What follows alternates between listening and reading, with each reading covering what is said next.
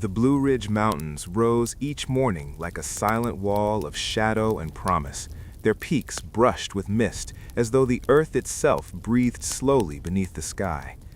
At their foothills, where dense forests met narrow clearings of worked land, stood a modest log cabin, home to the Carter family.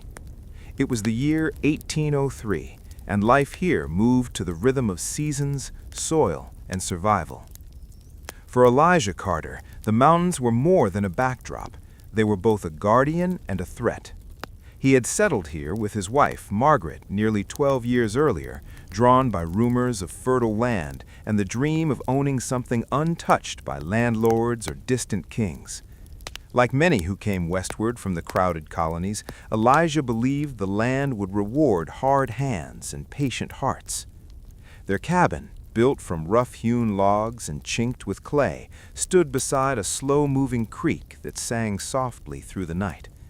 Smoke curled from its stone chimney each morning, carrying the scent of cornmeal and ash into the cold air. It was not much, but it was theirs. Margaret Carter rose before dawn, as she had every day since girlhood.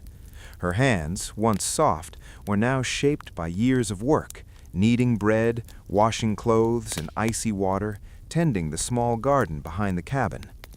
Yet there was strength in her movements and quiet determination in her eyes. She believed deeply in the life they were building, even when doubt whispered in the long winters. Their children were the future Elijah dreamed of. Thomas, the eldest at 16, already carried the weight of a grown man's responsibilities. He could split logs faster than most adults and handled a musket with steady precision. Though quiet, his eyes often drifted toward the mountains, as if wondering what lay beyond their shadow. Sarah, 14, possessed a gentle spirit and a sharp mind. She learned letters from a tattered Bible and scraps of old newspapers, reading by firelight while the others slept. She dreamed not of land or cattle, but of stories, of places she might never see. Little Joseph, only 7, knew nothing but this life. To him, the forest was a playground, the creek a companion. He chased fireflies at dusk and asked endless questions about the world beyond the hills. Life at the foothills was unforgiving. Spring brought hope, but also floods that threatened to wash away crops. Summer offered growth, along with disease and relentless heat.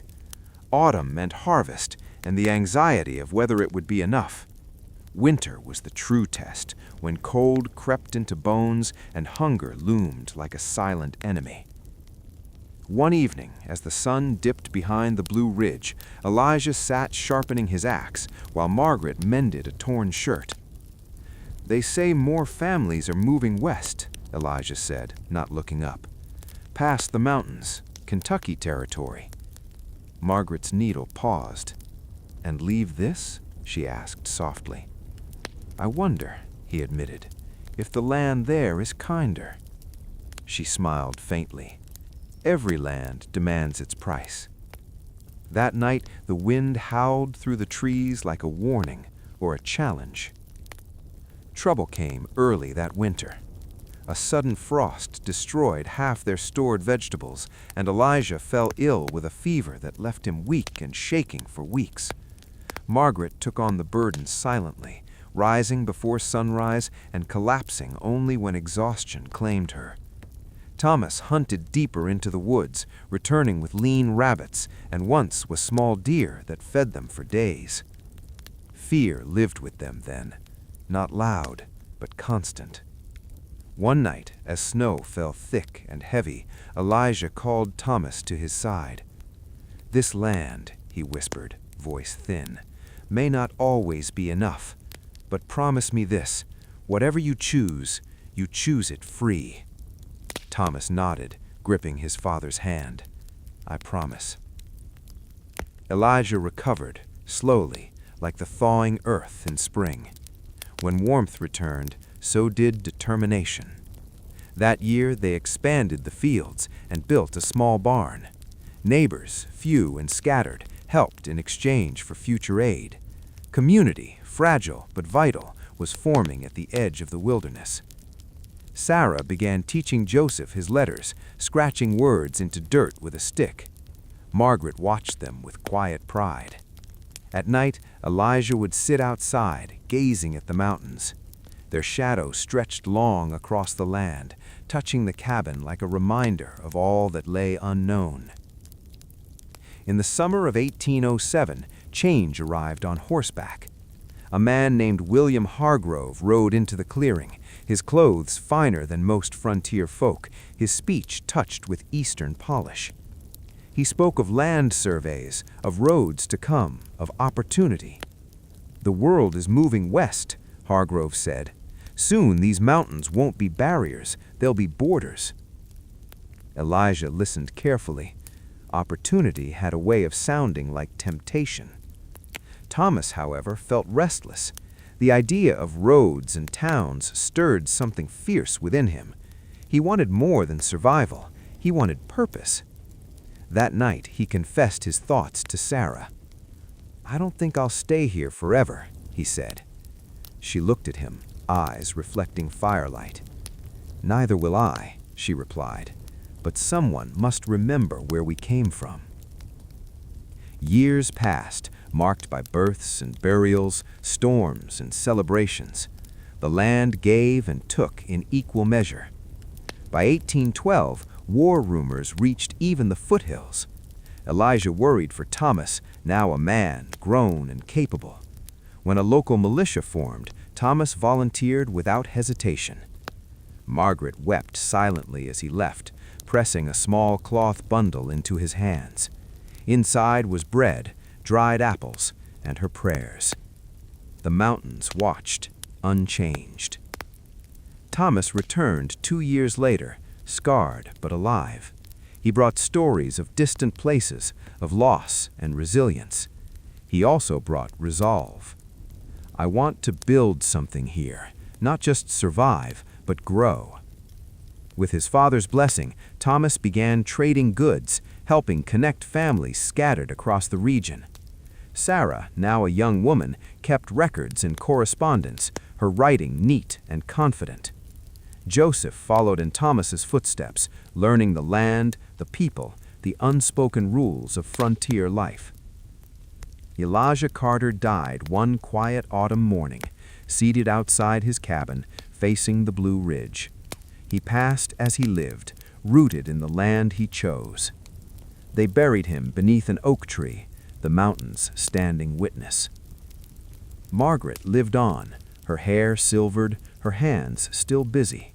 She saw grandchildren born into a world slowly changing, roads carved through forests, towns rising where wilderness once ruled. One evening, as the sun cast long shadows across the fields, Sarah stood at the edge of the clearing. The mountains loomed, eternal and calm. "The shadow never left, but neither did the light," she murmured. The Blue Ridge had shaped them, tested their strength, held their dreams, and guarded their stories. And though generations would come and go, the land remembered. In the shadow of the mountains, a family's life had taken root. Fragile, resilient, and enduring. Long before fences cut the land into ownership, before maps carved the earth into names and borders, the soil remembered everything. The hills, the rivers, the wind moving through tall grass, all carried voices older than any written word. Those who knew how to listen called them the whispers of the ancestors. In the year 1798, at the edge of the eastern woodlands, a narrow valley lay hidden between rolling ridges and ancient oak forests. To European settlers, it was merely unsettled land. To the native peoples who had lived there for centuries, it was sacred ground, a place of stories, burials, and spirits bound to the earth itself. Elias Rowan did not know this when he arrived. He came with a wagon, 2 horses, his young wife, Rebecca, and a belief shared by many of his time, that the land was empty if no one claimed it with ink and iron. He had fled crowded towns and debt, seeking a quiet place where his family could begin anew. The valley welcomed him with deceptive calm. The river curved like a silver ribbon through the meadow, its banks soft with moss and reeds. The forest stood thick and old, trees so massive that sunlight filtered down in fractured beams. At night, the air carried unfamiliar sounds, low drums of thunder from distant hills, cries of animals he could not name, and sometimes a strange hum that seemed to come from the ground itself. Rebecca noticed it first. "Do you hear that?" she whispered one evening as they sat beside their campfire. Elias listened. The forest was still. "I hear nothing," he said. She shook her head. "It's like singing, very far away." He smiled gently. "The wind, perhaps." But the sound returned night after night. Not all who lived nearby were strangers to the valley. The Lenape people had once traveled freely through this land, following the seasons, hunting deer, gathering medicinal plants, and holding ceremonies beneath the open sky. Though many had been pushed westward by treaties and force, a small group remained, quiet, watchful, and deeply connected to the ground beneath their feet. Among them was an elder named Nokomis, whose name meant grandmother. Her hair was white as frost, her back bent with age, but her eyes carried the weight of centuries. She remembered stories passed down from ancestors who had stood on this land long before the first ships crossed the ocean. "The earth is restless. It knows it is being forgotten," she told her people. When she learned of the settlers building a cabin near the old burial ridge, her face darkened. "They build where they should not. The ancestors will speak." The first sign came with the digging. Elias struck something hard beneath the soil while laying the foundation for his cabin. Expecting stone, instead he uncovered a smooth carved object, bone white, etched with symbols he did not recognize. Rebecca gasped. "Elias, that looks like—" "Just an old thing," he said quickly, though unease crept into his voice. That night, dreams plagued him. He saw firelight flickering against stone walls, heard drums beating in slow, steady rhythm. Faces appeared, stern, sorrowful, watching him without anger, without mercy. When he awoke, his hands were covered in dirt. Rebecca grew ill soon after. Fevers came and went without reason. The horses refused to graze near the ridge. Tools went missing, only to reappear miles away. Fear crept into the cabin like cold air through cracked wood. One afternoon, Elias encountered a young native man standing at the edge of the forest. The man did not carry a weapon. His posture was calm, his gaze steady. "You build on speaking ground," the man said in careful English. Elias stiffened. "This land is unclaimed." The man shook his head slowly. "No land is unclaimed, only unremembered." His name was Tamanend. Over the following weeks, cautious meetings followed. Tamanend brought herbs for Rebecca's illness, which eased her fever when nothing else had. He spoke of the valley, not as property, but as a living thing shaped by generations. "Our ancestors rest there," he said, gesturing toward the ridge. "They listen." Elias struggled between gratitude and defensiveness. "We mean no harm. We just want a home." Tamanend's voice softened. So did we. Not all settlers shared Elias's restraint. More families arrived, trees fell, game grew scarce. A trading post appeared near the river, followed by rumors of gold deeper in the hills. Tension grew like a tightening rope. One night, gunshots echoed through the valley. A Lenape hunter was found wounded near the riverbank. No one claimed responsibility. Fear hardened into anger on both sides. Nokomis spoke again to her people. "The ancestors warned us. The ground is crying out." Strange things followed. Livestock bolted in terror. Fires died without reason. Settlers swore they saw figures moving between trees, silent, glowing faintly in the dark. Some claimed the land was cursed. Others said the native people were to blame. Elias stood between two worlds. He had seen Tamenen's kindness, Nokomis's sorrow. He had felt the valley's unease in his bones. Yet he was bound by his family, his neighbors, and the laws of his people. The turning point came when Rebecca vanished. She had gone to the river at dawn and did not return. Panic spread. Settlers grabbed rifles. Whispers of revenge filled the air. Elias ran, not toward the men, but toward the forest. He found Tamenend kneeling beside the old ridge, Rebecca lying unconscious but alive. "She fell," Tamenend said. "The land pulled her into memory." He explained then what Elias had never been taught. The ridge was an ancestral crossing place, a boundary between the living and the remembered. Disturbing it awakened echoes of the past, not to punish, but to remind. "The ancestors do not seek blood, they seek respect," Tamenend said. That night, under moonlight, a gathering took place. Settlers and native people stood together, uneasy, silent. Nokomis stepped forward, leaning on her staff. "This land has carried many footsteps. It can carry more, but only if those who walk it listen." Elias spoke next, his voice shaking. "I did not know, but I know now. We cannot erase what came before us." An agreement was reached, not written, but spoken. The ridge would remain untouched. Hunting grounds would be shared. Violence would end.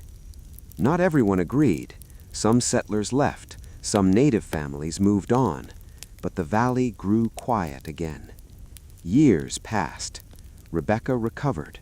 Children were born who played near the river without fear. Elias learned to listen to the wind, the soil, the stories whispered at night. When Nokomis died, she was buried on the ridge, wrapped in cloth and song. Elias stood at a distance, head bowed. He felt it then, not words, but understanding. The land was not silent. It remembered. And those who listened became part of its story. The storm began long before the first gun was fired. In the small riverside town of Willow Creek, life had always followed familiar patterns. Mornings began with the sound of wagon wheels on dirt roads, church bells rang on Sundays, and neighbors greeted one another by name. It was the kind of place where time seemed to move more slowly, where the troubles of the nation felt distant and unreal. But even here, far from the great cities and political halls, the horizon was darkening. It was the year 1857, and America was a nation arguing with itself. 1. Caleb Whitmore had lived in Willow Creek his entire life. At 38, he owned a small carpentry workshop near the river, crafting furniture, repairing barns, and shaping wood with steady, patient hands. He was known as a man of few words, respected for his fairness and his refusal to take sides in matters that did not concern his work. His wife, Hannah, was the heart of their home. She kept a modest garden, taught their 2 children their letters, and believed deeply in the goodness of ordinary people. Their evenings were quiet, shared meals, soft conversations, and the comforting certainty that tomorrow would be much like today. For years, that certainty had been enough. But lately, Caleb noticed changes. Men who once lingered to talk after collecting a chair or table now hurried away. Some customers spoke with an edge in their voices. Others avoided eye contact altogether.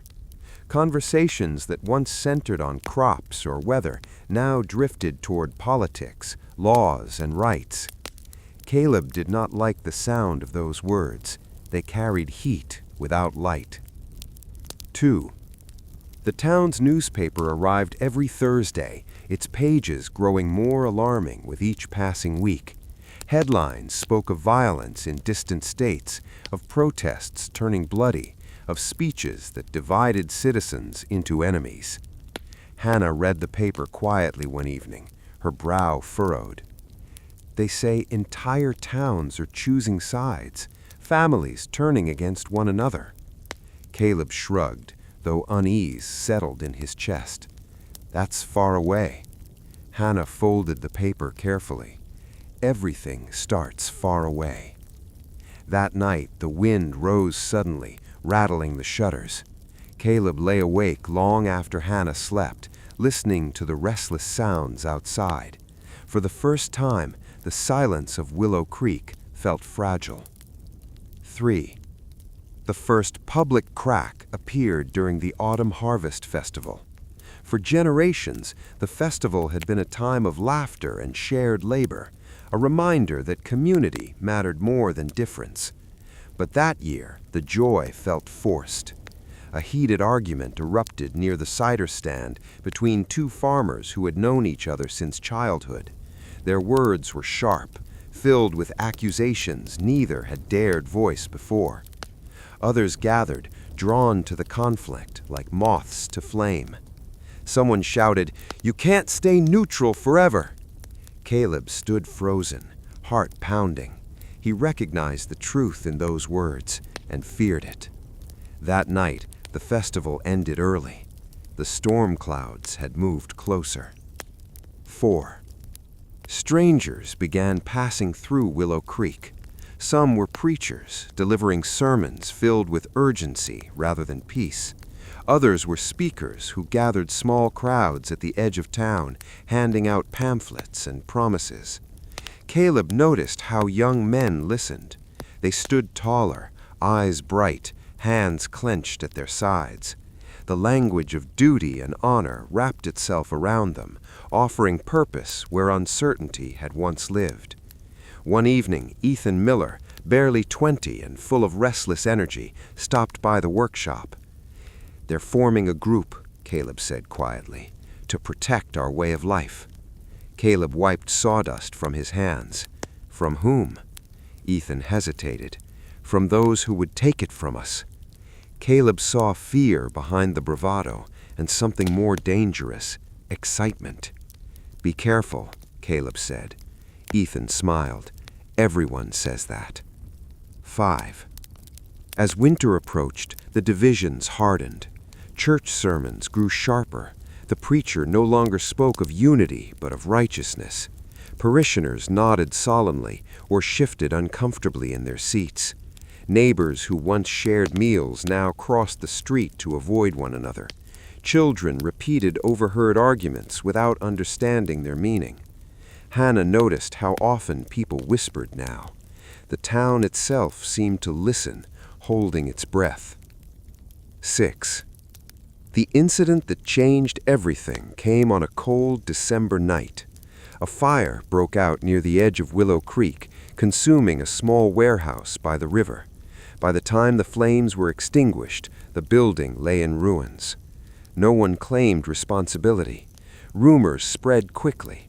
Some said it was an accident. Others insisted it was sabotage, an act meant to send a message. Fear settled into the town like frost. Men began carrying weapons openly. Meetings were held behind closed doors. The idea of violence, once unthinkable, became something people discussed in low, serious tones. Caleb watched all of this with growing dread. One evening, Caleb and Hannah sat by the fire as their children slept. "What if war comes here?" Hannah asked softly. Caleb stared into the flames. "Then it will change everything." She reached for his hand. "Promise me we'll protect our family first." He squeezed her fingers. "I promise." But even as he spoke, Caleb wondered whether that promise could be kept. 7. Spring arrived, but it brought no relief. Instead, it carried news of violence closer to home. A nearby town had erupted in clashes between rival groups. Several men were killed. Homes were burned. Willow Creek could no longer pretend it was untouched. A town meeting was called. The hall overflowed with people, their faces tense, their voices strained. A proposal was raised to organize a local militia. "This is about survival," one man declared. "If we don't prepare, we'll be overrun." Others argued for restraint, for waiting, for reason. Caleb stood silently at the back, feeling the weight of expectation pressing down on him. Someone called out, "What do you say, Whitmore?" Every eye turned toward him. Caleb swallowed hard. "I say," he began slowly, "that once we choose violence, we invite it into our homes, and it never leaves easily." Murmurs rippled through the room. Some nodded, others scowled. The vote passed anyway. The storm had broken. 8. Training began soon after. Drills replaced morning routines. The sound of gunfire echoed across fields once used for grazing. Boys practiced marching where children had once played. Ethan joined the militia. Caleb watched him go with a heavy heart. "Someone has to stand up," Ethan said. Caleb replied quietly, "Standing up is easy. Living with what follows is harder." 9. The first death came unexpectedly. A scuffle between rival groups escalated into violence outside town. A single shot rang out. When the body was brought back, the town fell silent. It was a local man, someone everyone knew. Grief spread quickly, followed by anger. That night, Willow Creek changed forever. 10. Hannah saw it in Caleb's eyes the moment neutrality ended. "You're thinking of joining," she said. Caleb nodded slowly. "If I don't, I may lose the chance to protect what matters." Tears welled in her eyes, but she did not argue. The storm had reached their door. 11. Caleb joined, not out of hatred, but fear. Days blurred into tense routines. Nights were restless, filled with distant shouts and imagined threats. The town lived on edge, waiting for something, anything, to happen. And then it did. A rival group marched toward Willow Creek under cover of darkness. Shots were fired. Screams cut through the night. Caleb moved without thinking, driven by instinct and terror. When dawn broke, the ground was stained with blood. The enemy retreated. Willow Creek survived, but it was not the same. 13. In the aftermath, silence returned, but it was hollow. Homes were damaged, friendships shattered, trust lay in pieces. Caleb returned home exhausted, changed. Hannah embraced him tightly, as though afraid he might vanish. "We survived," Hannah whispered. "Yes," Caleb replied, "but at a cost." 14. Months later, word arrived war had officially begun. The nation was divided.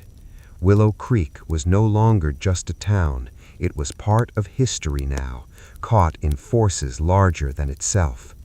The war did not enter the Mercer household with gunfire or marching boots. It arrived quietly, through words, glances, and silences that lingered too long. In the spring of 1861, the town of Ravenwood still looked much as it always had. Whitewashed fences lined the roads. Apple trees bloomed behind modest homes, and the church bell rang with steady reassurance every Sunday morning. From the outside, peace seemed unbroken, but inside the Mercer home, a storm was forming. Samuel Mercer stood at the window, watching the road stretch toward the horizon. At 34, He had the posture of a soldier, though he had never worn a uniform. Years of farm labor had shaped his body, but it was his eyes, serious, searching, that betrayed the conflict within him. Behind him, the familiar sounds of home filled the air, the crackle of the hearth, the soft footsteps of his wife Elizabeth, the quiet breathing of their 2 young children asleep upstairs. This was the life Samuel loved, and it was the life now under threat. The newspaper lay folded on the table, its headline bold and unmistakable. "The Union fractures. War imminent." Elizabeth watched him from across the room. She had known Samuel since childhood, knew every line of his face, every silence that meant more than words. "You've been standing there a long time," she said gently. Samuel nodded. "I was thinking how peaceful it looks, the road." Elizabeth joined him at the window. "Roads always look peaceful," she said. "It's where they lead that matters." Duty had been a word Samuel learned early. His father, Jonathan Mercer, had raised him with firm beliefs and unwavering expectations. Jonathan had fought in earlier conflicts, and though he rarely spoke of battle, his loyalty to the nation was unquestionable. Now, aged and stooped, he lived with them, his presence a constant reminder of the values Samuel had been taught. "The country needs men," Jonathan said one evening, his voice steady but heavy. "Good men, men who know right from wrong." Elizabeth stiffened slightly, though she said nothing. Samuel stared into his plate. "It also needs fathers," he replied quietly. Jonathan met his son's gaze. "Sometimes the two cannot be separated." The words settled over the table like a sentence already passed. Ravenwood divided itself quickly. Neighbors chose sides. Some spoke with fiery conviction, others with fearful caution. Friends avoided one another. Brothers argued. Churches split along ideological lines. Recruitment officers arrived with flags and speeches, their voices echoing through the square. Children cheered. Samuel did not. He felt the pull of something larger than himself, a belief in unity, in justice, in a future that might demand sacrifice. But every thought of leaving tightened his chest. That night, Elizabeth found him sitting alone in the barn. "You're thinking of going," she said softly. Samuel nodded. "I don't know how not to." She sat beside him, her voice trembling. "And what about us?" He reached for her hand. "You are the reason I hesitate." Tears slipped down her cheeks. "And duty is the reason you won't stay." The true division came not between strangers, but within the Mercer family itself. Samuel's younger brother, Thomas, believed fiercely in the cause. He spoke of honor, legacy, and courage with a certainty that left no room for doubt. "If you don't go," Thomas said sharply, "you'll regret it, when our children ask where we stood." Samuel clenched his jaw. "And when my children ask why I left them." Their father said nothing, but his silence was louder than condemnation. The night before Samuel's decision, Elizabeth could not sleep. She lay awake listening to the wind, imagining empty chairs, unanswered letters, footsteps that would never return. She loved Samuel not just as a husband, but as the center of their small world. At dawn, she rose quietly and found him already dressed. "You've decided," she whispered. Samuel nodded. "I can't ignore what I believe is right, but it's tearing me apart." Elizabeth pressed her forehead to his chest. "Then promise me this," she said. "Promise you'll remember who you are fighting for." "I promise," he said, his voice breaking. Samuel left with the first light. Elizabeth watched from the doorway as he walked down the road, the same peaceful road that now felt endless and cruel. Their children stood beside her, too young to understand the finality of the moment. Jonathan placed a hand on her shoulder. "He's doing his duty." Elizabeth did not answer. War transformed Samuel. Letters came sporadically, written in hurried lines and stained with dirt. He spoke of mud, fear, loss, and moments of quiet horror between battles. "I believe in what we're doing," he wrote once, "but some nights I wonder how many pieces of myself I am leaving behind." Elizabeth wrote back faithfully, describing ordinary moments, harvests, school lessons, laughter. She avoided mentioning how the children cried for their father at night. Duty demanded silence as much as bravery.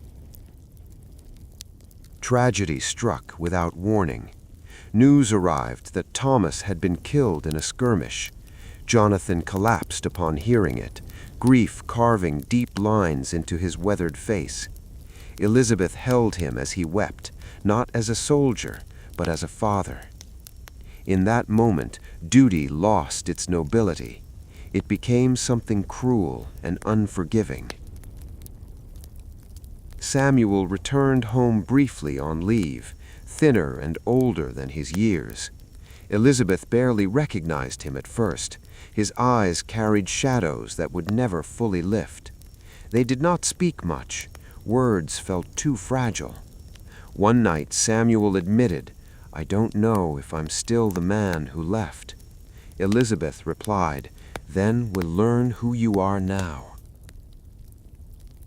When Samuel returned to war, it was with less certainty, but greater resolve.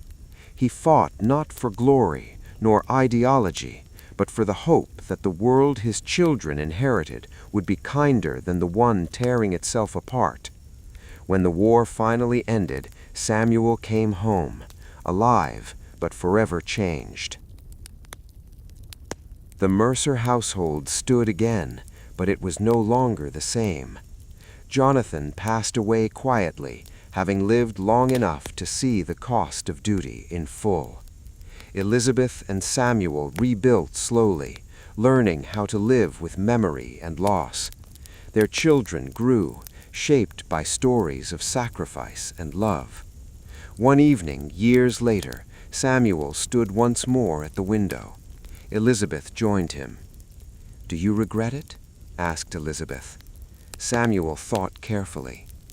"I regret the cost, but not the choice, because love and duty are not enemies, they are burdens we carry together." Elizabeth squeezed his hand. Outside, the road stretched forward, still peaceful, still uncertain. The trail did not forgive weakness. It stretched endlessly across plains and deserts, over rivers swollen with spring melt and through valleys scorched by merciless sun. It swallowed dreams as easily as it carried them forward. To those who followed it, the trail offered no promises, only the chance to survive long enough to reach whatever waited at the end. In the spring of 1846, the Harper family joined the westward migration with little more than hope and desperation guiding their wheels. Nathaniel Harper tightened the leather straps on the wagon and wiped sweat from his brow, though the morning was still cool. Around him, dozens of other wagons creaked and groaned like restless animals preparing to move. Children clung to skirts, oxen stomped impatiently, and the air smelled of dust, leather, and fear. "This is it," murmured his wife, Clara, standing beside him with their youngest child in her arms. Nathaniel nodded. "Once we start, there's no turning back." Behind them lay Missouri, crowded land, failing crops, and debts that grew faster than hope.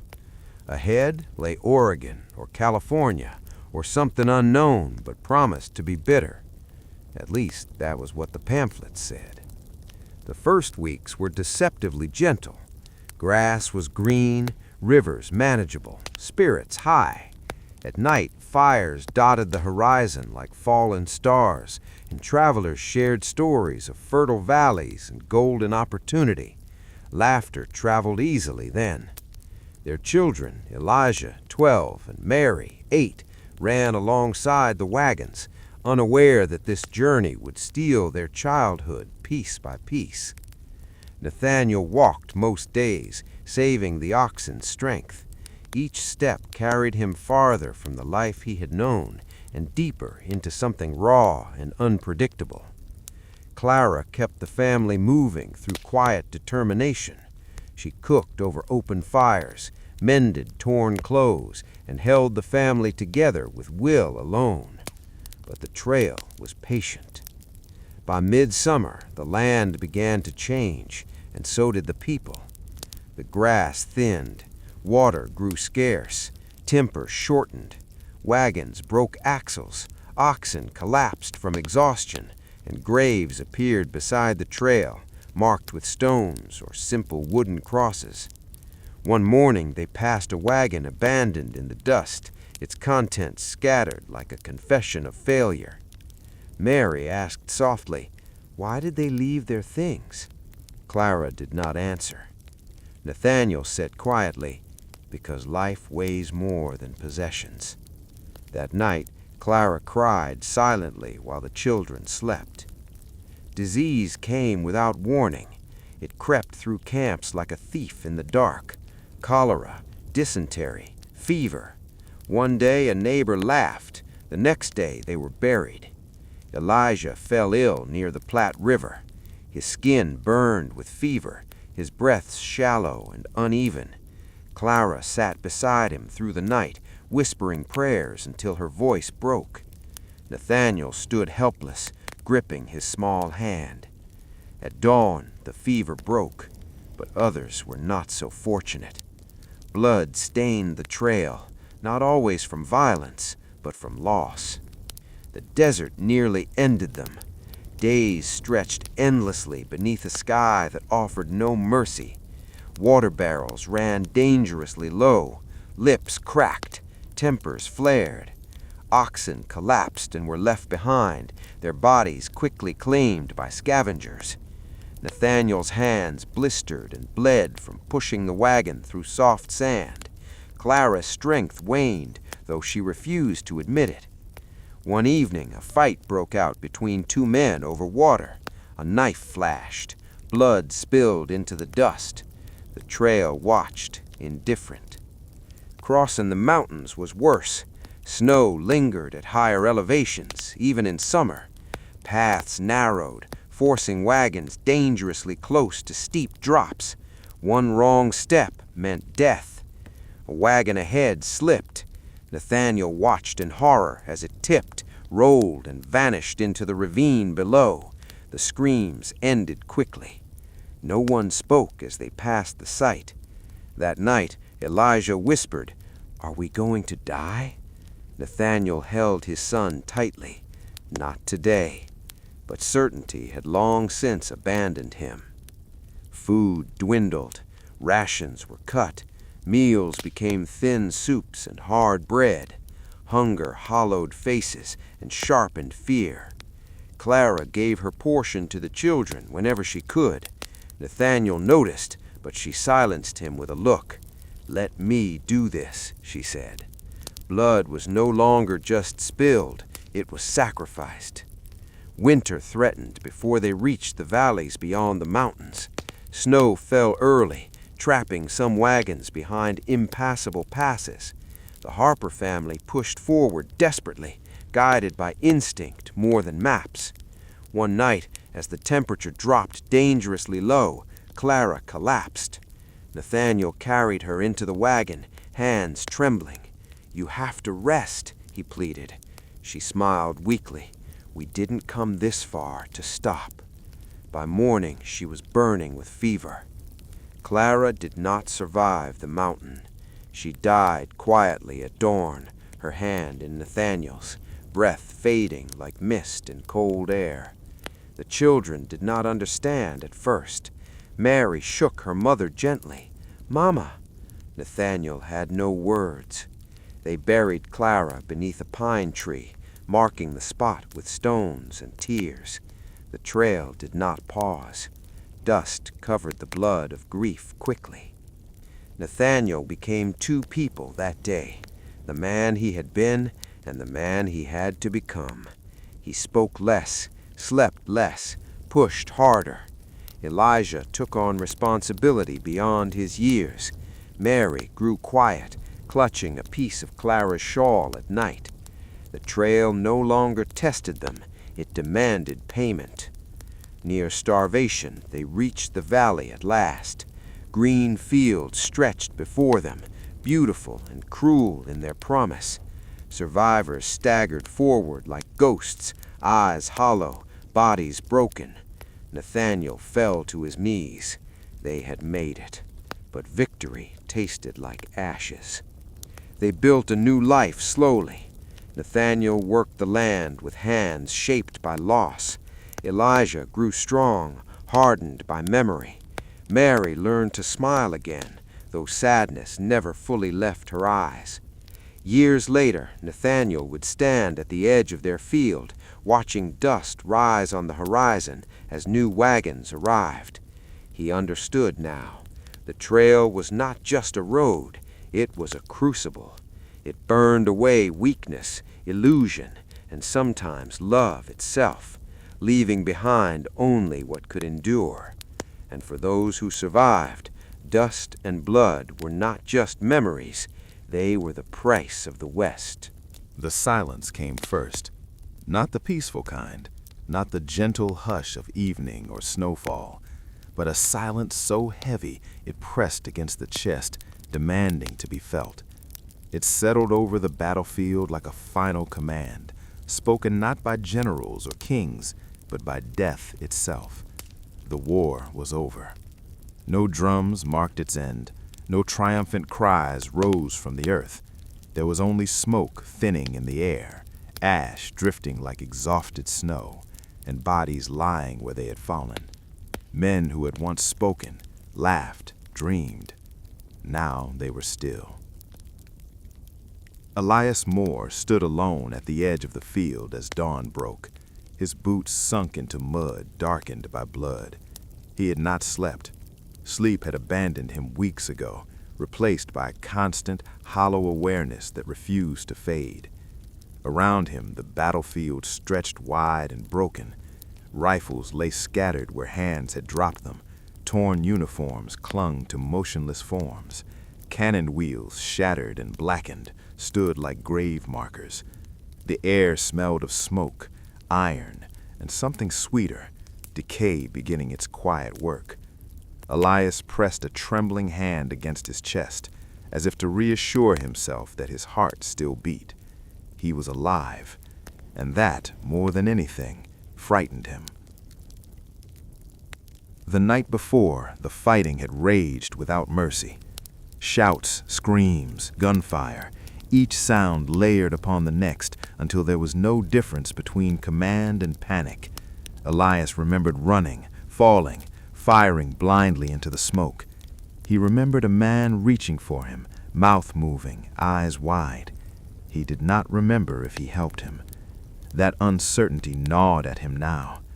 When the final shot had faded, the men simply stopped moving. Some collapsed where they stood. Others wandered briefly, confused, before sinking to the ground as if pulled by unseen hands. And then silence, the kind that follows catastrophe when the world pauses to take account of what has been destroyed. As the sun rose higher, the survivors began to move. Not together, not with purpose. They drifted like ghosts, stepping carefully between bodies, searching for friends, brothers, sons.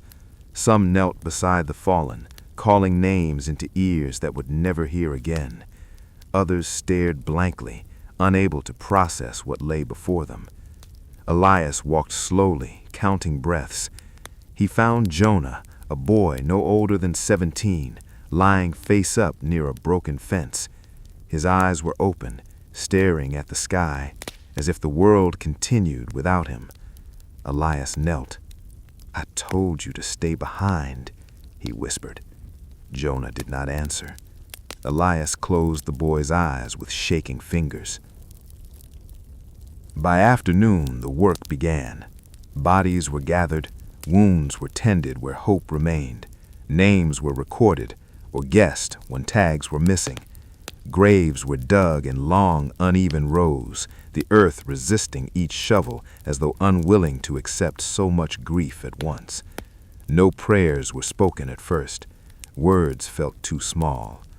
Elias helped carry the dead, his arms aching, his mind numb. Each body felt heavier than the last, not in weight, but in meaning. This was the true cost of war. Not the battles written in books, but this.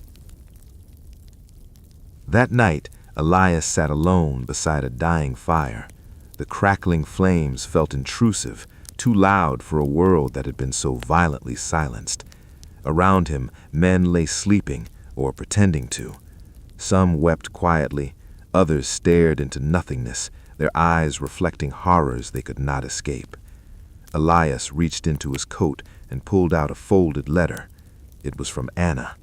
He had carried it through every march, every skirmish, every moment of fear. He had never opened it. Now, with the war over, his hands trembled as he unfolded the paper. "Come home," she had written. "Whatever is left of you, bring it back." Tears blurred the words. Elias wondered how much of himself remained.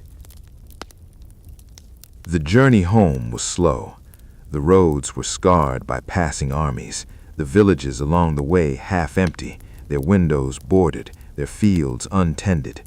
Everywhere the same hollow expressions greeted the returning soldiers. They were welcomed as heroes, but heroes did not feel like this. Elias passed burned farms, collapsed bridges, graveyards newly expanded. He saw children working fields once tended by fathers who would never return. The silence followed him. When Elias reached his hometown, it barely recognized him, and he barely recognized it. The church still stood, though its roof was repaired hastily. The square felt smaller, quieter.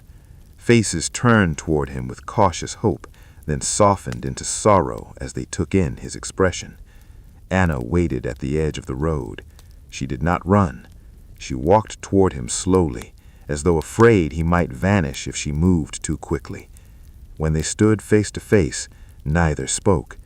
Then she touched his cheek. "You came back," she whispered. Elias nodded, but the truth felt more complicated.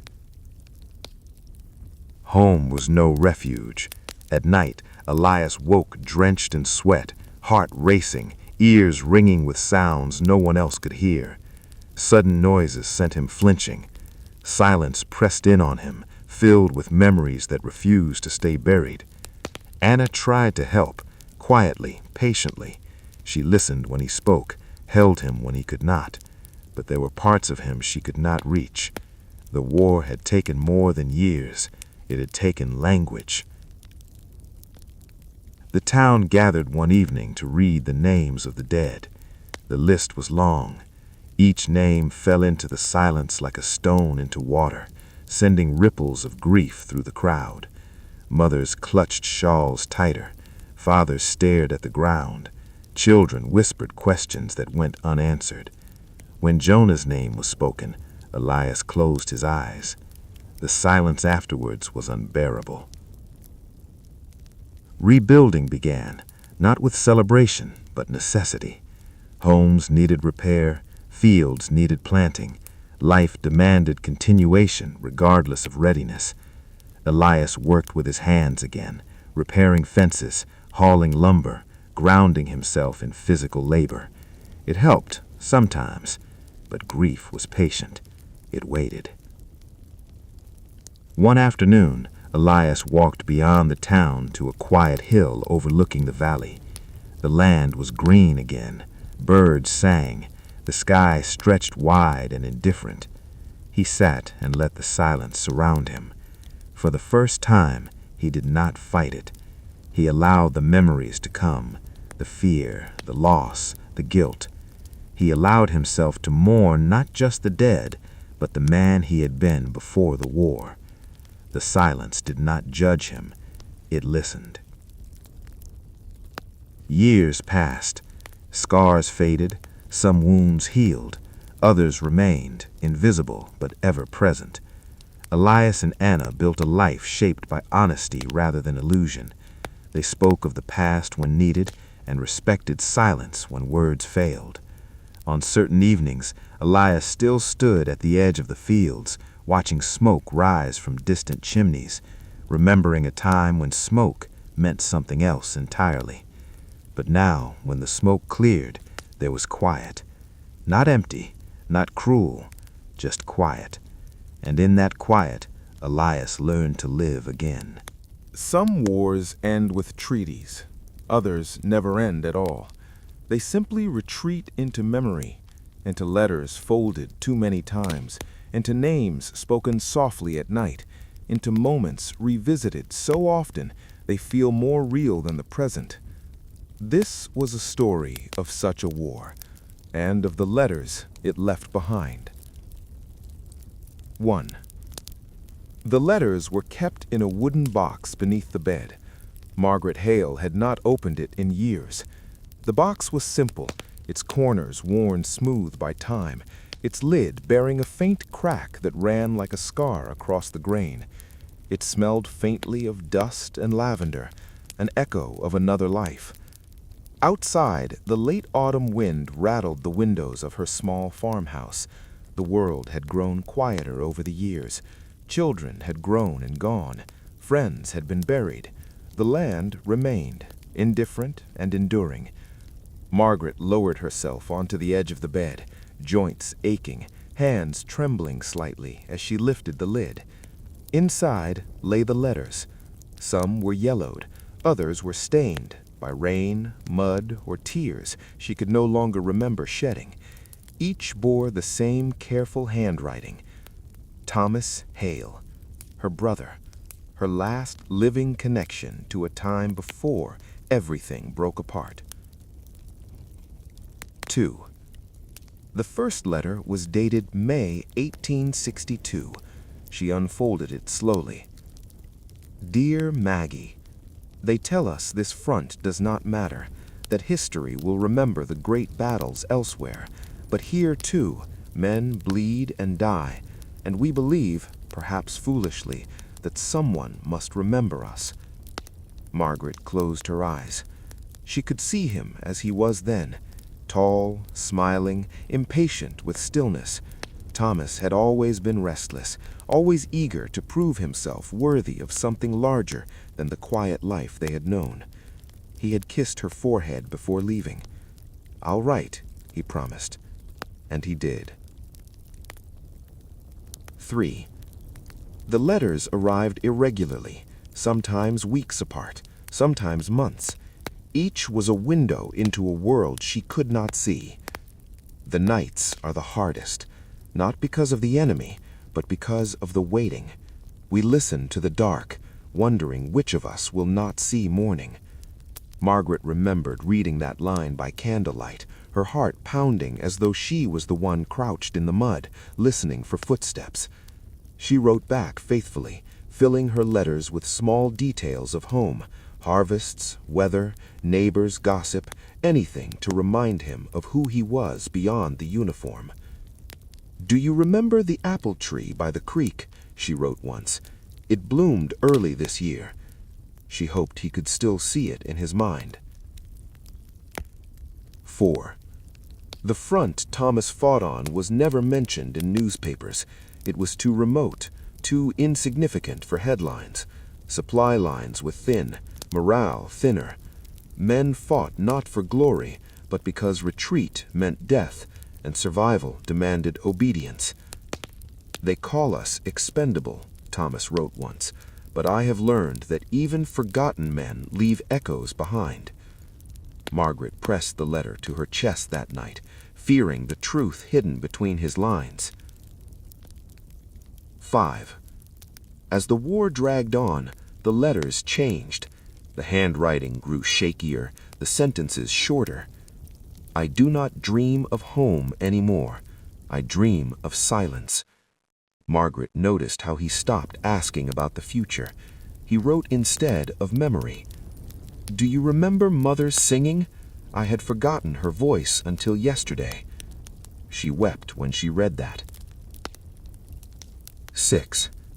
The letter that came in October 1864 was different. It was not written by Thomas. Miss Hale, your brother was wounded during a skirmish near the eastern ridge. He asked that this letter be delivered to you. Enclosed was Thomas's handwriting, uneven, fading.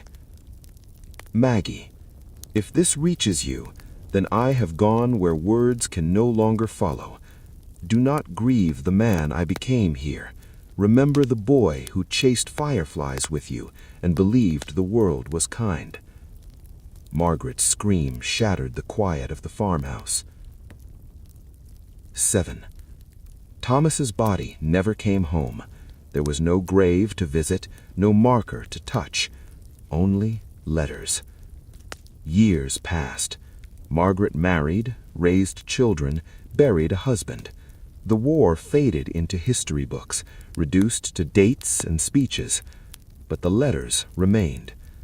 Sometimes, late at night, she swore she could hear Thomas's voice when she read them, soft, familiar, stubbornly alive. 8. Now, decades later, Margaret read them again. Her fingers traced the ink, lingering over words she knew by heart. Outside, the world had changed beyond recognition. Roads replaced trails, machines replaced horses. The past felt impossibly distant. And yet, in these letters, it lived. She reached the last one, the one she had never been able to read without trembling. If anyone ever finds these words, know that we were here, we mattered, even if the world forgets. Remember us. Margaret whispered. I remember. That evening, Margaret carried the box outside. She sat beneath the old apple tree, the same one she had written about so long ago. It still bloomed, stubborn and beautiful. She read aloud, her voice shaking but steady. She spoke Thomas's words into the air, letting them drift where he could hear them, wherever he was. The wind carried her voice away. 9. When Margaret died the following winter, the box was found beside her bed. Inside, alongside the letters, was a new page written in her hand. These letters are not relics. They are lives. If you read them, you become their witness. And as long as someone remembers, no front is truly forgotten. The box passed to her granddaughter, then to another. The letters survived. 11. Wars continued. Fronts were forgotten. But somewhere, always, someone opened a letter and listened. And in that act of remembrance, the past breathed again. The land was blackened as far as the eye could see. Charred beams jutted from the ground like broken bones. The smell of ash still clung to the air, long after the smoke had vanished. What once had been fields of grain and rows of homes was now a scar, silent, exposed, and unforgiving. To many, it looked like an ending. To Eliza Warren, it was the beginning of something she did not yet know how to name. 1. Eliza stood at the edge of what had once been her farm, the hem of her dress darkened with soot and mud. The wind stirred loose ash into the air, and for a moment it looked like snow, soft, deceptive, cruel. This was all that remained. Her husband was gone, her parents buried, her home reduced to rubble by fire and marching boots that had passed through without pause or mercy. The war had not simply taken lives, it had erased entire histories. Eliza closed her eyes. She allowed herself one breath of grief, then another. Then she stepped forward. 2. The town of Havenridge had survived the war in name only. Buildings leaned at dangerous angles. Roads were cratered and half swallowed by weeds. Fences lay flattened, their purpose forgotten. The people who returned moved slowly, cautiously, as if afraid the land itself might betray them. No one greeted one another with joy. There were no embraces, only nods, recognition without celebration. Everyone had lost something. Some had lost everything. 3. Eliza had considered leaving. There were rumors of opportunity elsewhere, cities rebuilding, land being offered cheaply to those willing to start anew. But when she imagined walking away from the soil that held her family's bones, her feet refused to move. This land remembered her. She would remember it in return. Her first shelter was a tent made from salvaged cloth and broken boards. It leaked when it rained and trapped heat when the sun rose, but it was hers. Each night she lay awake listening to the quiet, not the peaceful quiet of before, but a wounded silence, heavy with absence. And yet, beneath it, something stirred. 4. The first sign of life came unexpectedly. One morning, as Eliza cleared debris near the old well, she noticed a thin green shoot pushing through the blackened soil. She knelt, disbelief catching in her throat. A plant, alive. She touched it gently, as though afraid it might disappear. Hope, she realized, did not arrive with trumpets. It arrived quietly. 5. Rebuilding began with hands, not words. Eliza salvaged what she could. Bricks scraped clean of soot, nails straightened with a hammer, wood burned only at the edges. She worked until her palms blistered and bled. Others began doing the same. A man named Caleb Rhodes, once a blacksmith, set up a makeshift forge. A widow and her 2 sons started clearing the road. An elderly couple rebuilt their fence plank by plank. No one announced these efforts. They simply happened. The land watched. 6. Food was scarce. Meals were thin and repetitive. Roots, wild greens, whatever could be found or traded. Hunger gnawed constantly, but no one complained. Eliza shared what little she had. So did others. Community, once broken, began to knit itself together with quiet determination. Pain did not vanish, but it made room for purpose. 7. One evening, as the sun dipped low, the people of Havenridge gathered without planning it. They stood amid the ruins of the old church, its walls cracked but still upright. Someone lit a fire. No prayers were spoken, no speeches made. They simply stood together, sharing warmth and presence. Eliza realized then that survival was not an individual act, it was collective. 8. The first structure rebuilt was not a home, it was a school, a simple building. 1 room, rough-hewn benches, a chalkboard salvaged from the wreckage. The children returned slowly, shy and uncertain. Eliza volunteered to teach. She taught letters and numbers, but more importantly, she taught continuity, that life moved forward, even after devastation. The children laughed again. The sound startled everyone. Then it stayed. 9. Seasons passed. Spring softened the earth. Summer coaxed crops from stubborn soil. Autumn rewarded labor with modest harvests. Winter tested resolve. Each year the land healed a little more. So did the people.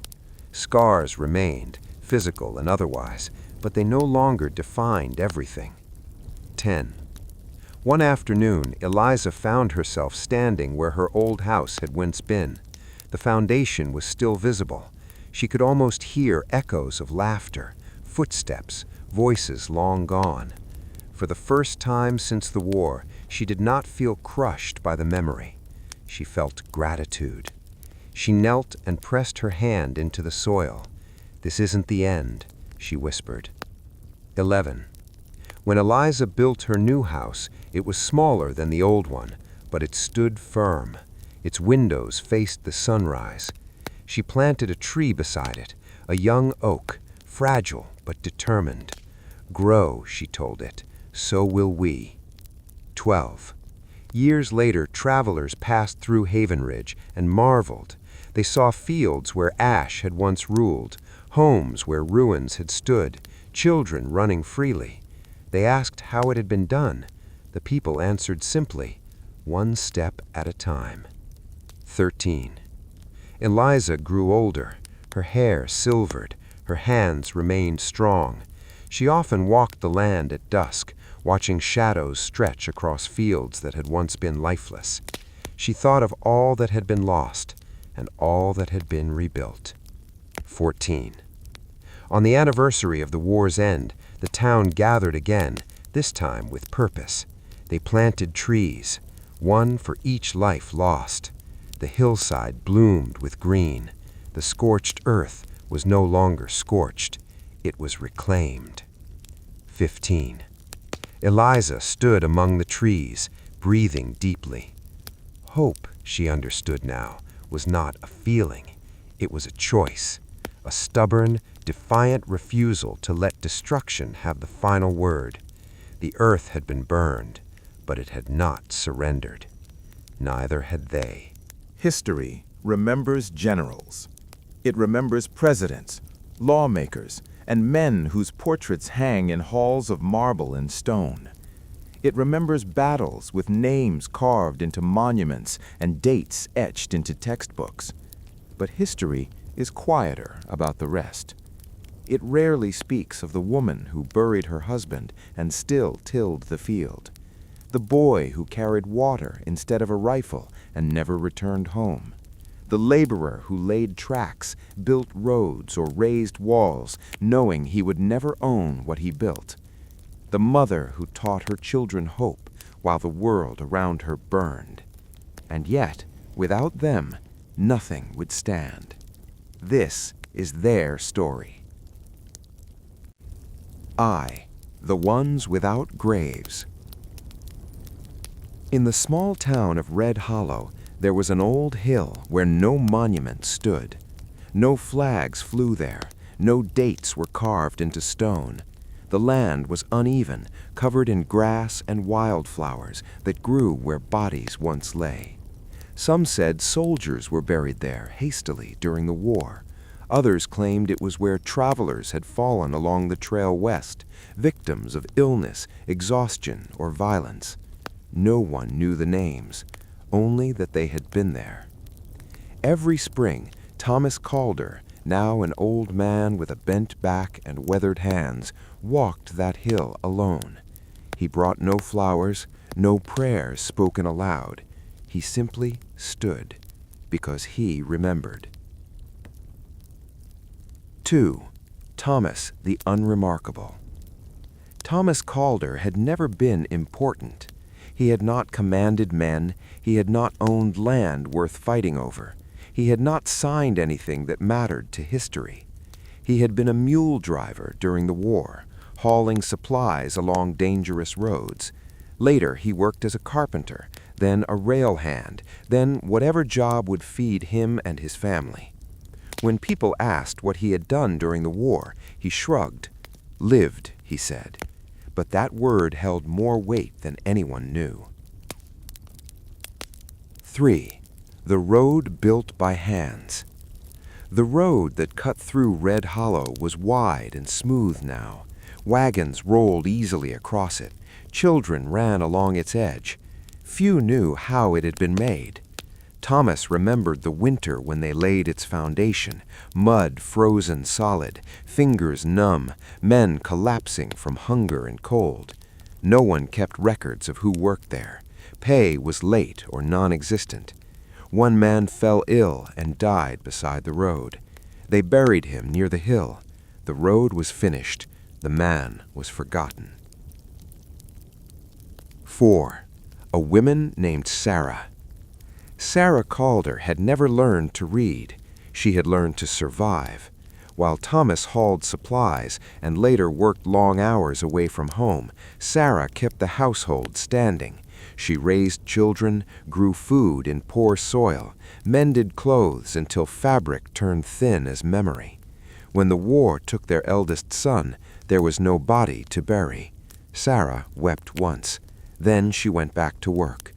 History would never know her name, but every child she fed lived because of her. 5. The schoolhouse without a founder. The schoolhouse in Red Hollow bore no plaque. Children filled its benches every morning, learning letters and numbers, learning what it meant to belong somewhere. But no one remembered who had first built it. Thomas did. It had been raised by 3 men and 1 woman, using scrap wood and borrowed tools. They worked at night after finishing their paid labor. No one asked them to do it.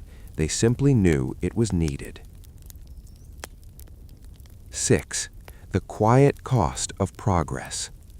As America expanded westward, people spoke of opportunity and destiny. They spoke less of cost. They did not speak of the nameless workers who collapsed along rail lines, or the families displaced and erased, or the immigrants whose sweat built cities they were never welcomed into. Progress had a shadow. It always did, and that shadow was made of people. 7. Letters never sent. During the war, Thomas learned to read only enough to recognize names. He remembered carrying letters in his pack, messages meant for wives, parents, children. Some were never delivered. Some recipients were already dead. He remembered the weight of those papers. He remembered the silence when no one came asking. History counted victories. It did not count unread words. 8. The hill again. Each year, Thomas returned to the hill. He imagined faces where no markers stood. He remembered voices, some sharp with humor, others tired beyond words. He did not know all their names, but he remembered their hands. Rough, steady, human. 9. A new generation. Thomas's granddaughter, Elena, once followed him to the hill. "Who's buried here?" she asked. "People," Thomas replied. "But who were they?" He thought for a long moment. They were the reason you can ask that freely. 10. The unwritten agreement. Nations are not built only by laws. They are built by an unspoken agreement that someone will give more than they receive and never be thanked for it. The unseen accept this without ceremony. They do not expect statues, only that the world moves forward. 11. A storm and a choice. When a great storm hit Red Hollow, destroying homes and fields, it was not officials who arrived first. It was neighbors, men and women whose names would never travel beyond county lines. They rebuilt barns, shared food, sheltered the homeless. They did not wait to be told. They remembered how this land had always survived. 12. The weight of ordinary lives. Thomas grew frailer. One evening, as he sat by the fire, Elena asked him what he wanted to be remembered for. He smiled. Being there. 13. When Thomas was gone. Thomas Calder died quietly in his sleep. There was no obituary beyond a brief notice. No one from outside Red Hollow attended the burial. But the town closed its shops that day. The school dismissed early. People gathered on the hill. They stood where no monuments existed, and for the first time they spoke names aloud. Names remembered by only 1 or 2, but spoken anyway. 14. What remains? Years passed. New generations walked the roads, attended the school, lived the lives built for them. They did not know every sacrifice, but they felt its results. Stability, freedom, possibility. These things did not appear by accident. 15. The legacy. History books would continue to list famous names. That was fine. But beneath those names, beneath the dates and declarations, lay a foundation made of countless unseen lives. Men and women who carried burdens quietly, who lost without recognition, who built without ownership, who gave without applause. They were never written into history, but history stands because of them. And as long as the land remembers their footsteps, they are not truly gone. The sun lingered low over the horizon, painting the valley in golds and deep ambers, as though the world itself were taking a final breath before nightfall. From the porch of the small farmhouse perched on the edge of the hills, Eliza Warren sat with hands folded, watching the land she had spent decades reclaiming. The fields below shimmered with the last warmth of summer, and the wind carried whispers of distant forests, rivers, and trails that had once seemed endless. This was the frontier she had known, fought for, and rebuilt. And as she sat, she could feel the weight of every life she had touched and every life that had shaped her. 1. Reflections of a long life. Eliza's hair had turned silver, the lines on her face deeper than any map she had drawn, tracing every loss, every struggle, and every triumph. Her hands bore the scars of labor, the calluses of planting, the nicks from axes and hammers, the stains of earth turned over for new beginnings. She thought of the first day she stepped onto this land, a young woman alone after the war, the ash of her home still clinging to her skirts. She had wondered if she could ever build again, if life could even exist beyond the ruins. And now, decades later, the fields thrived. Crops swayed in the wind, animals grazed freely, and children, her grandchildren, ran through the orchard, shouting and laughing. They carried no memory of the ash or the blood that had once scarred this land, but they carried its fruit. Life endured. 2. Faces of the past. Eliza closed her eyes and let memory flow like a river. She saw Thomas Calder standing on the hill, the wind in his hair, speaking to her granddaughter Elena about those who had gone unseen but had built everything. She remembered the mound where nameless men and women rested, those whose sacrifices made survival possible, but who never had their names written in history. She remembered her children, grown now and scattered across distant towns, each carrying the quiet lessons she had tried to pass along: resilience, integrity, and respect for the work of those who came before. And she remembered those who had not survived: her husband, Caleb, lost to illness, her friends who fell on the trail or in the conflict that had scarred the nation, the neighbors whose homes were gone, but whose labor had seeded a new life. History would not remember all of them, but she would, and that was enough to keep them alive in her heart. 3. A letter to the future. Eliza reached into a worn box at her side and pulled out a stack of letters she had kept all these years.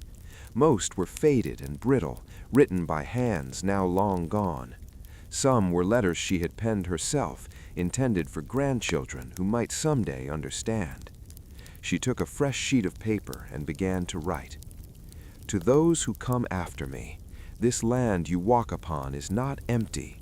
It is alive with the efforts, the hopes, and the sacrifices of those who came before you. You may not know their names, but they built this world with courage and endurance. Take care of it, and take care of one another. She paused, feeling the gravity of her own life pressing into every word. Do not fear struggle, nor despair in hardship.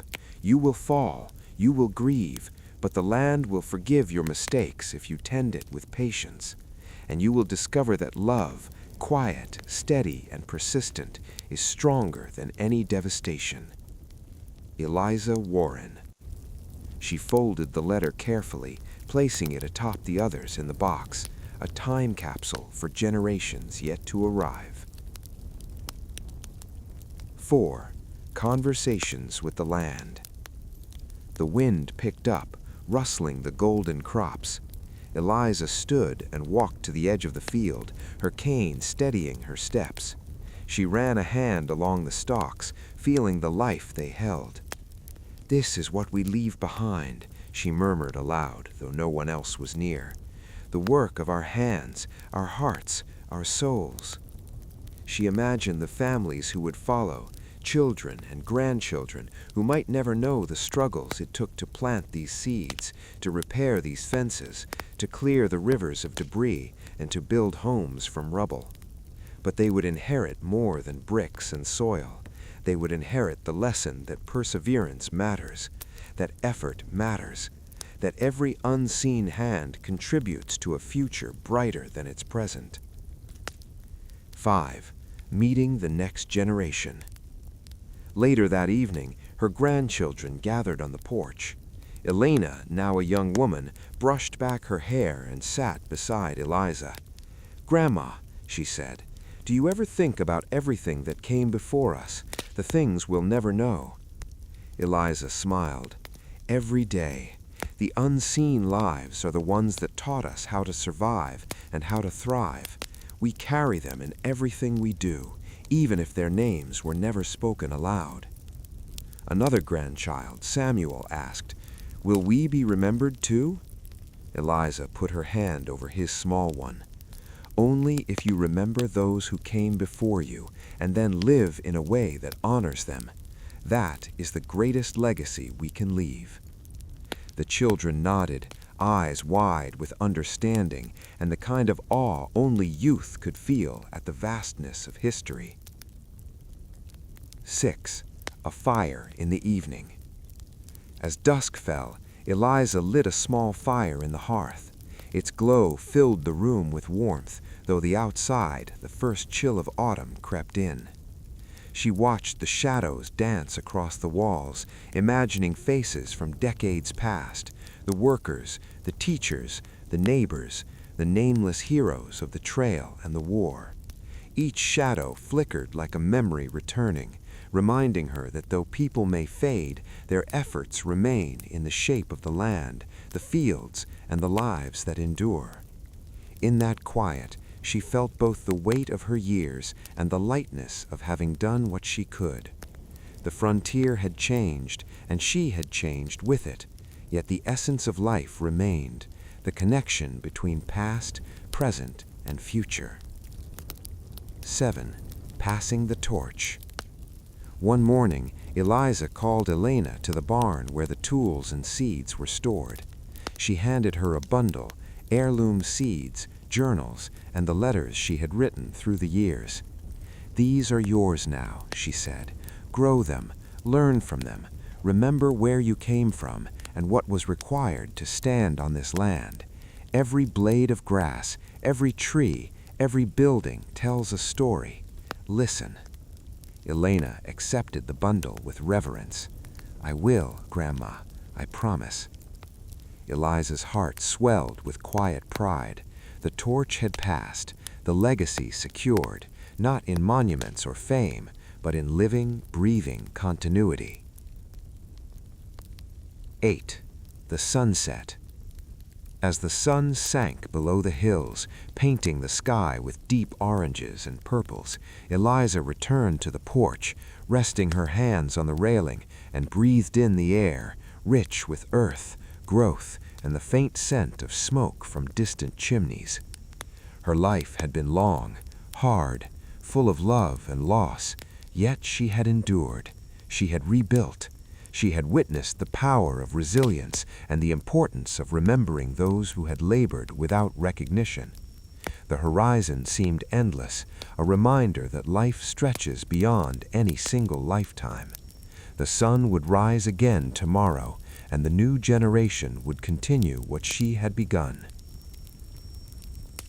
9. A message to time. Eliza reached into a final prayer, not for herself, but for those who would come after.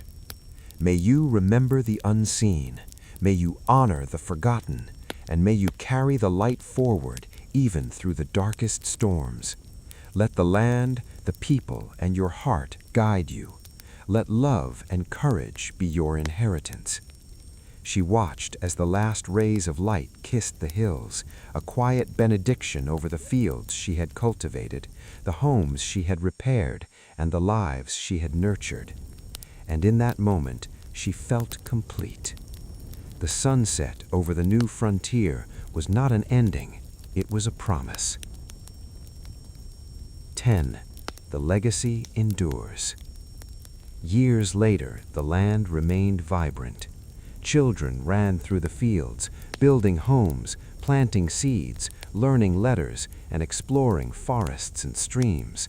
They knew little of the battles fought, the fires endured, or the names of those who had quietly shaped their world. But in the soil, in the crops, in the flowing rivers, and in the enduring traditions, the legacy of Eliza Warren and countless others lived on. The frontier was new again, and yet it carried the memory of those who had made it possible. The unseen heroes, the builders, the caretakers, the survivors. Their story would not be in textbooks. It would be in every heartbeat that thrived on this land, in every life that drew breath, and in every sunset that painted the hills with hope.